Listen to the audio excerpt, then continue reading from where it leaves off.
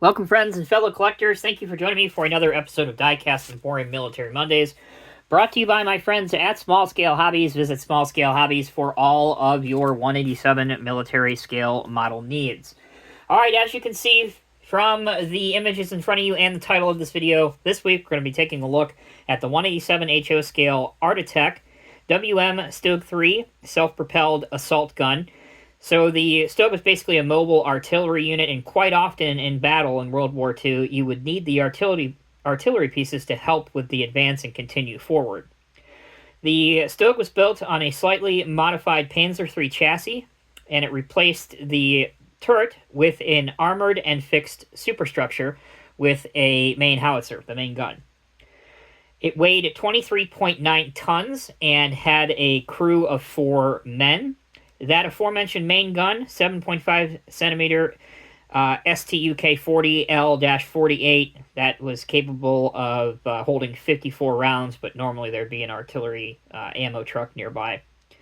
It served on all fronts throughout the entire war. This version, the STUG 3 AUSFG, was built between December 1942 and, again, served through April 1945 with 8,423 units being produced.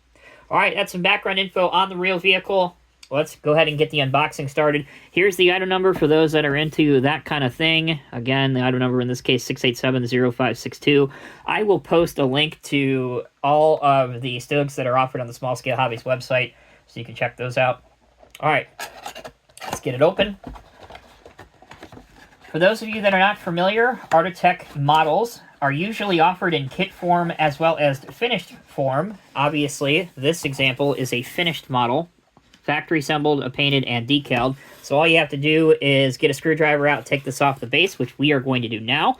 And when we come back from this slight pause, we'll take a look at the details and features. Alright, folks, as you can see, we have the model on the spin table now. I really love the armament that's on the side of this vehicle. You can tell that the Germans in particular were way ahead of the game when it came to the armor protection on most of their tracked vehicles. We also have different antennas that you can see clearly on top. There are several equipment bags, ammo boxes, other accessories. It looks like there's even a spare road wheel here.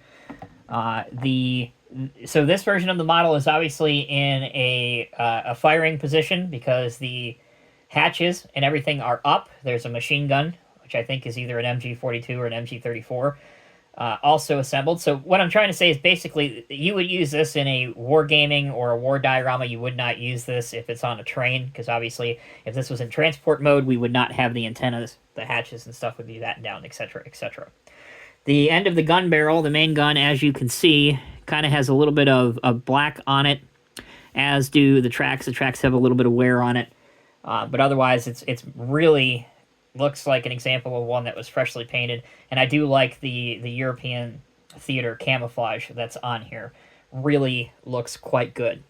Now, if you want to pick one of these up from the Small Scale Hobbies website, again, I can't guarantee that this particular item number will be available when this video finally goes live, but I will post a link right down here in the video's description for all of the different STUGs that are offered, not just the STUG 3, but all the different ones that we currently have on the website for you to check out. Normally, something like this would run between $50 and $60, which honestly I feel is fair value.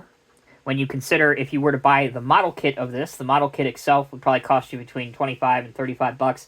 Then you got to buy all the paint, you got to buy all the decals, and buy all the weathering accessories. So for me, I tend to like my models, if I had to choose, I tend to like them ready-made and finished and immediately out of the box able to be displayed. So I really, with all those things considered, I really do think it is fair value, and this is yet another fantastic example by Artitec. That'll do it for this edition of Diecast Emporium Military Mondays. Take a look at your screen right now for the complete playlist of every single Military Monday video that we have filmed thus far, so be sure to check that out if you are interested. Thanks again for watching. Take care, be well. I'll see you in the next video.